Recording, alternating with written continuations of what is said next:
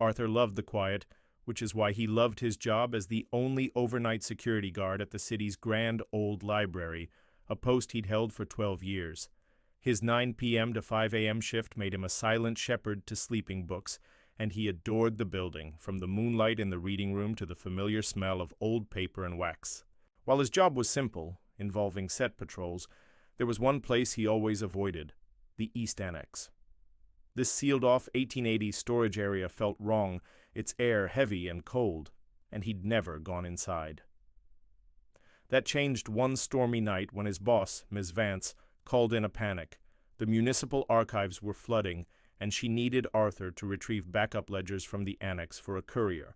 With a sense of dread, he grabbed the master key and flashlight and entered the freezing, dusty corridor. The door shut behind him with a final thud. He made his way to the second floor, a long hall full of top-covered shelves that looked like shrouded figures. After hearing a soft scrape, which he dismissed as the building settling, he found the 3 gray metal boxes in room 2B. But as he prepared to move them, he heard a loud thump from the hall. He called out but got no answer. Then he heard a soft, deliberate sliding noise, as if a tarp was being dragged. He spun around, bluffing that he'd call the police, but nothing was there. As he started dragging the boxes, he noticed a tarp he'd passed was now pooled on the floor, a dark, metallic-smelling stain spreading from underneath it. A scrape sounded right behind him, and he saw the stairwell door, which he'd left open, was now almost closed. From the crack of darkness, a dry, rasping voice whispered his name.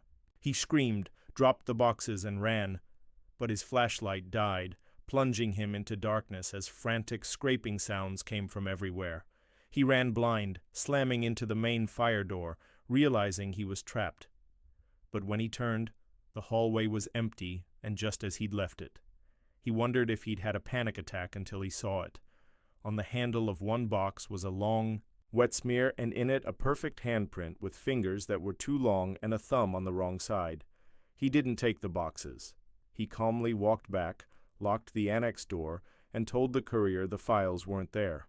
He resigned the next day and found an outdoor daylight job. He never told anyone what happened, but to this day Arthur cannot stand a quiet room or the smell of old paper, and he will never enter a building at night.